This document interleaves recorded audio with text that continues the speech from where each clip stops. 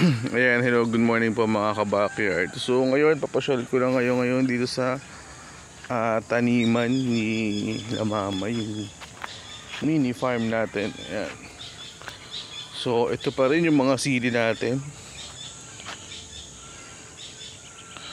Ayan, dapat makapag-harvest. Mamulaklak na sila ulit to.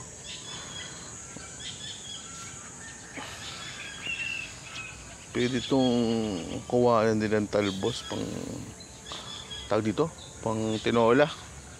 Pero ang dami na yung sili. Tapos mani. Tapos ito kalabasa. Ito talbos ng kamote. Ito yung papaya niyan na red lady. Ayun o. Aha, tumutubo na. Iba naman mulaklak na. Ayan. Saging. Ano pa yung mga yan meron dito? Papaya. Kalabasa. Yung talong namin buhay pa rin, di ba? Sili. Ito pa yung dating talong eh. Yung may ampalaya pa dito. Oh, di ba? Buhay pa rin. Tapos ito bago nila.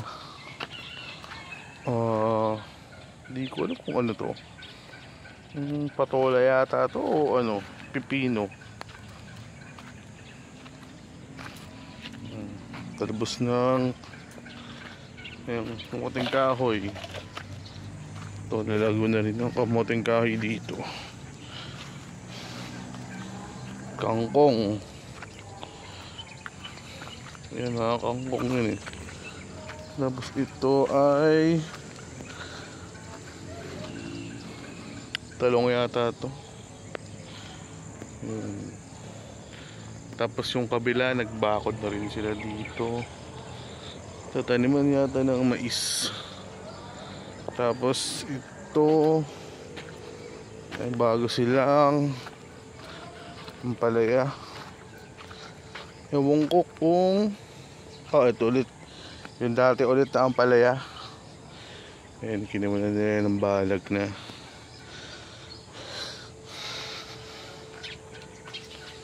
Ayan, yung balag na sila dito ng ampalaya. Umakit na rin yung ampalaya. Tapos itong dilaw na yan, plastic mulch.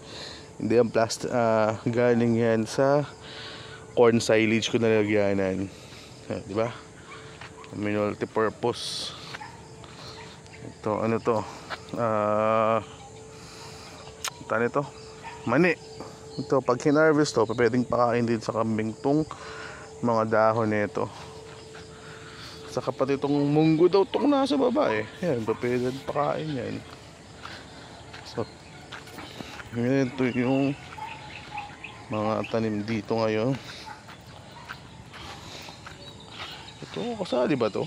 Hindi, damo pala yan. Ito, nakapasok ang mga kambing dito. Ubos lahat to.